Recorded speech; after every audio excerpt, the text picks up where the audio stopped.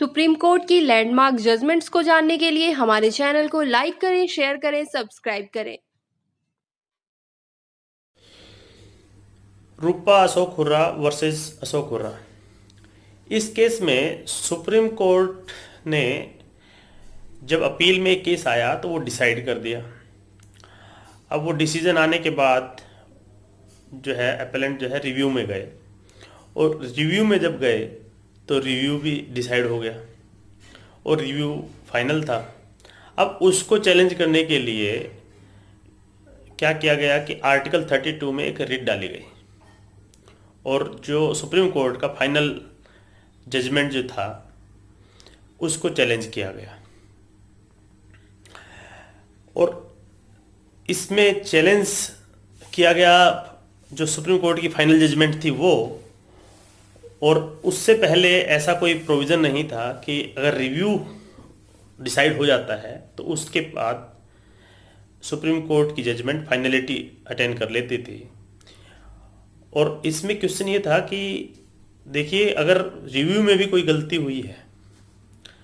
या किसी ऐसी पार्टी का जो उसमें पार्ट नहीं बन सकी या जिसको नोटिस नहीं हुआ या कोई भी कारण रहा होगा, अगर किसी के साथ इनजस्टिस हुआ है तो क्या supreme court inherent jurisdiction article 32 का यूज करते हुए उसको करेक्ट कर सकता है कि नहीं। इसमें जो कोर्ट का ये मानना था कि जो रिव्यू होता है वो आर्टिकल 137 में है। आर्टिकल 137 में आप आ गए, आपने देखा, रिव्यू डिसाइड हो गया, इसके बाद अब कोई ऑप्शन है नहीं आपके पास, और आप आर्टिकल 32 के द्वारा जो फाइनल जजमेंट है उसको असेल नहीं कर सकते, उसको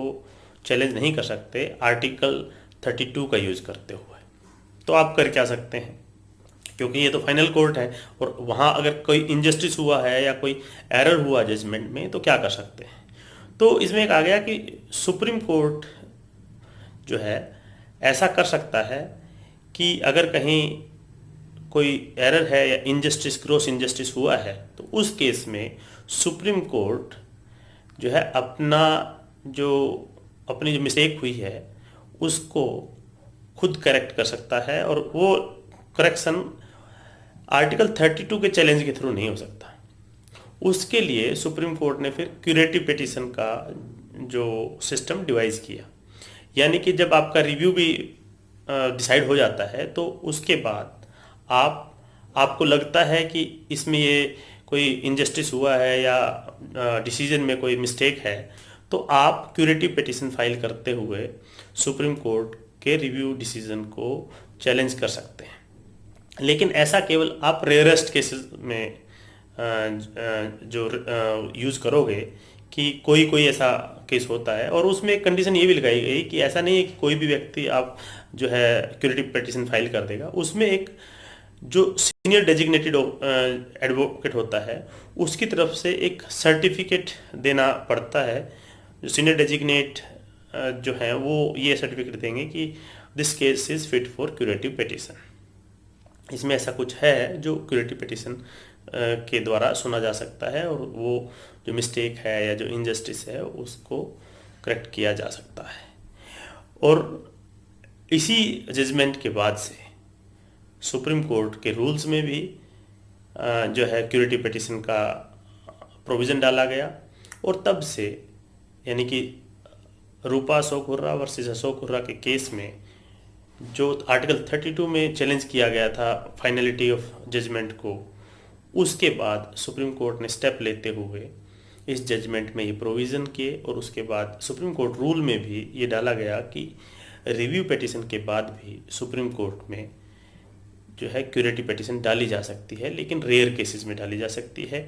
और उस पिटीशन को जब आप डालोगे तो उसमें सीनियर एडवोकेट के द्वारा एक सर्टिफिकेट उसमें अटैच करना जरूरी होता है, जो कि ये बताता है कि इसमें ये इशू है और ये केस एक फिट केस है क्यूरेटिव पिटीशन के द्वारा जो सुना जाए। और क्यूरेटिव पिटीशन में नॉर्मली इन चैम्बर डिसीजन होता है, यानी कि जो सुप्रीम कोर्ट के जजेज हैं वो ओपन कोर्ट हियरिंग नहीं करते, उनके पास आपकी पिटीशन जाती है, वो आप पिटीशन देखते हैं, सपोर्टिंग डॉक्यूमेंट देखते हैं, जो कुछ भी आपने दिया वो देखते हैं, और उसके बाद वो डिसाइड करते हैं कि इसको सुना जाए या ना सुना जाए। अगर नहीं सुनना हो तो वो केस डिसमिस हो जाता है और उसका ऑर्डर आ जाता है, आपको पता चल जाता है कि ये केस जो क्यूरेटिव पिटीशन में डिसमिस हो गया है। अगर उसमें कोर्ट को ऐसा लगता है कि ये केस क्यूरेटिव पिटीशन के लिए फिट केस है और ये सुना जाना चाहिए, तब जो है पार्टीज़ को नोटिस इश्यू होता है और ओपन कोर्ट में फिर वो केस सुना जाता है। तो रूपा अशोक हुर्रा वर्सेस अशोक हुर्रा का केस इंडिया की कॉन्स्टिट्यूशनल हिस्ट्री में बड़ा इम्पोर्टेंट केस है, और इस केस के द्वारा एक नई इनोवेटिव मेथड सुप्रीम कोर्ट ने जो है डिवाइस किया, जो अपने जो केसेस में कोई अगर ऐसा ग्रॉस इनजस्टिस हुआ हो या मिस्टेक एरर कुछ भी हुआ हो, तो उसको रिव्यू पिटीशन के बाद भी एक नई जो तरह का एक मेथड निकाल करके क्यूरेटिव पिटीशन के फॉर्म में उसको यूज़ में लाया गया है। और अब ये देश भर में लोग इसका यूज़ करते हैं जब उनको लगता है कि उनके साथ इनजस्टिस हुआ है।